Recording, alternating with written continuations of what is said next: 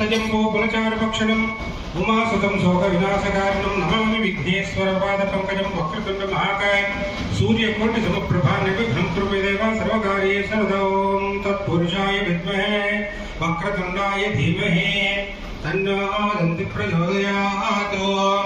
ॐ श्रीमन्महागणाधिपतये नमः। प्रणो देवी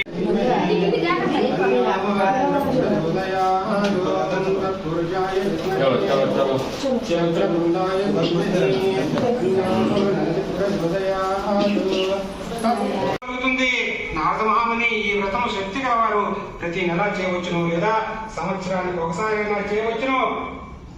ఎవరి శక్యతను అనుసరించి వారి వ్రతాన్ని చేయవచ్చు.